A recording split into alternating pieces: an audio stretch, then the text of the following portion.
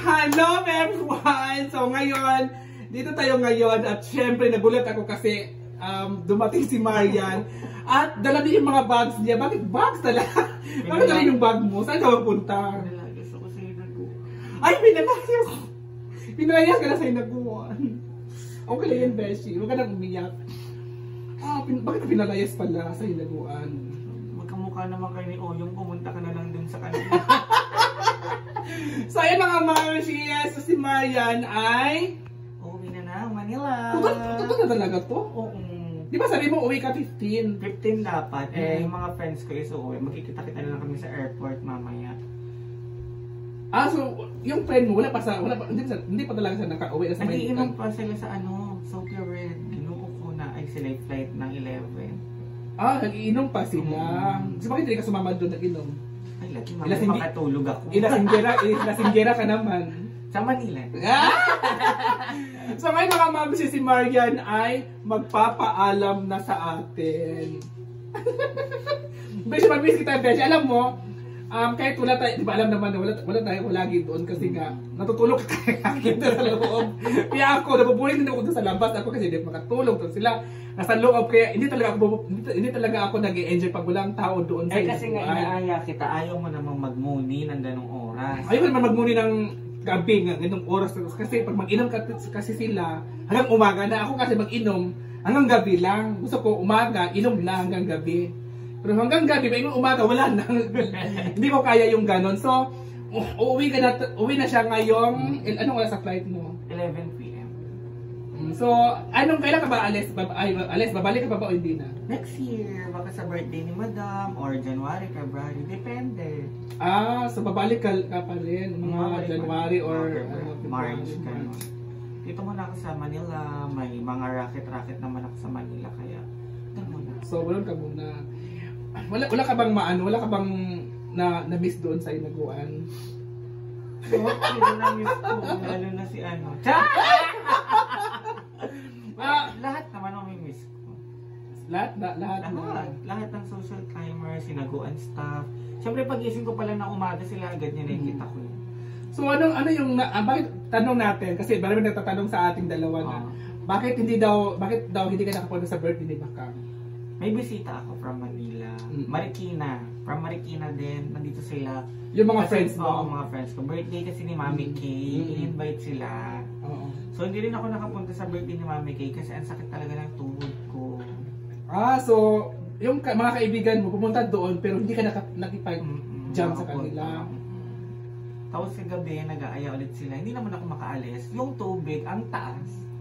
So malas yung dito kasi ibig andyan na sila to join, hindi ka naka-join kasi nga may mga baha at saka walang magsusundo din ng motor kasi kung may magsusundo iikot pa, diba? Sa taas. Kaya wala talaga.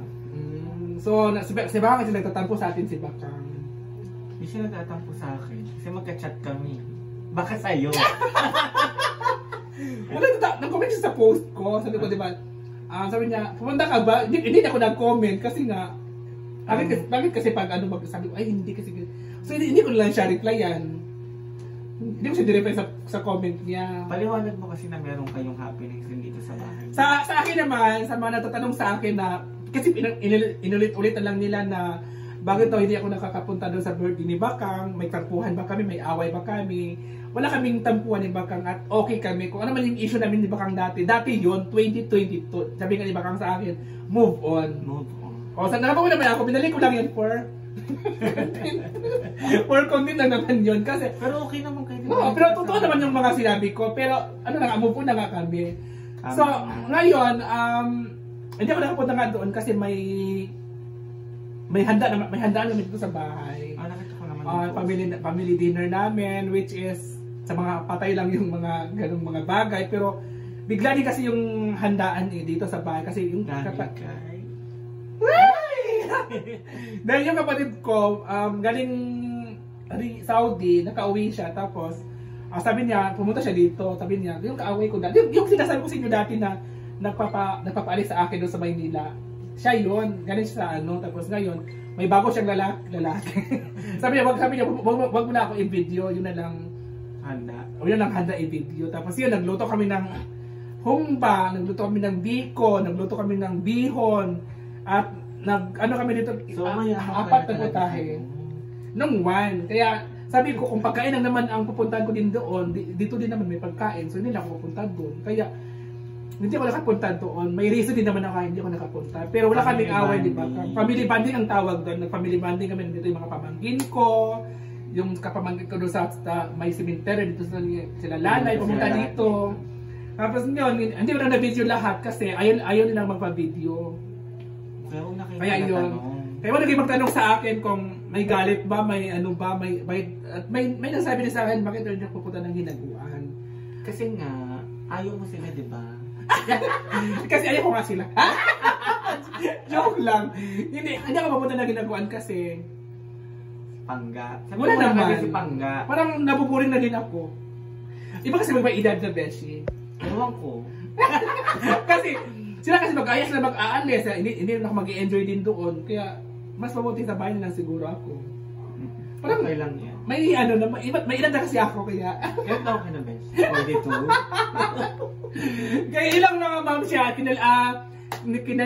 kinaklarify ko lang yung mga tanong nila, yung mga tanong ng mga tao, at bakit ganito, ganyan. Kaya yun lang. At yun na.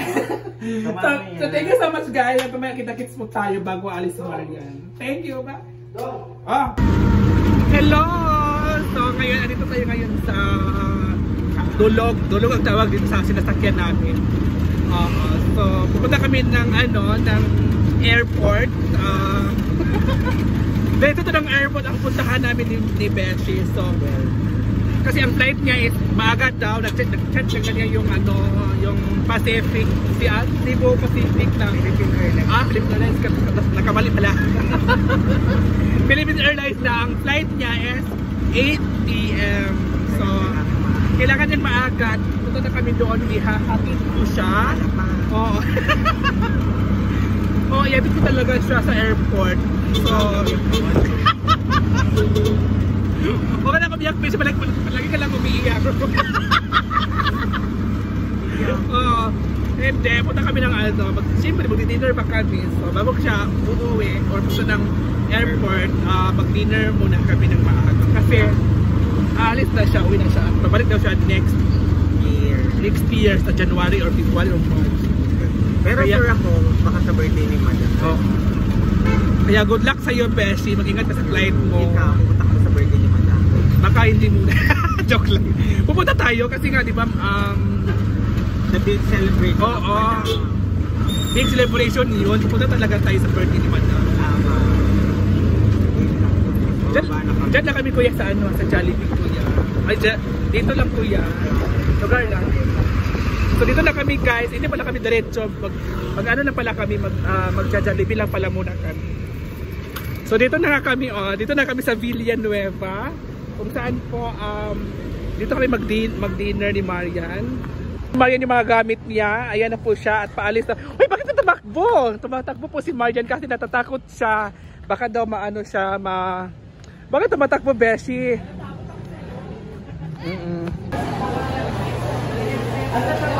Dito na tayo. Dito na tayo. Dito na tayo. Dito na tayo, Beshi. Para maluwag ang ating pagchismisan. Sige, anong orderin mo ba, Beshi? Chicken, spaghetti. Bakit? Parang ang virgin mo ngayon.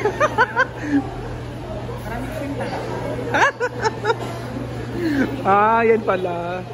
So, ayan na guys, si Marian. Ito na nga mga moms, may spaghetti kami. Ayan, thank you, Beshi. Ayan, Sprite kami. It's 7-up. Wow. Thank you, Beshi, sa chicken. Minsan lang kasi di ba alam mo, Beshi, kada uwi mo, paano ka talaga, nagpapa-Jollibee ka talaga kada uwi mo. Siyempre may miss kayo mo ka. Ito na guys. Wait lang na sa picture lang. Ito na guys. Sobrang maano. Kain. Ang masarap sa chicken, sa Jollibee, yung balat niya.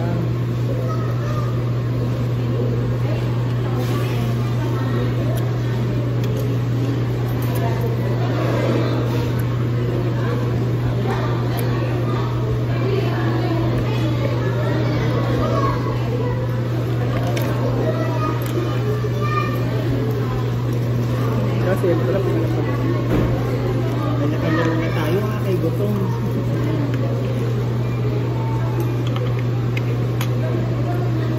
Kain na.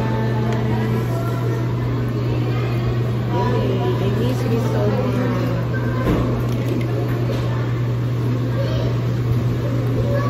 Save for the life. Save for the life.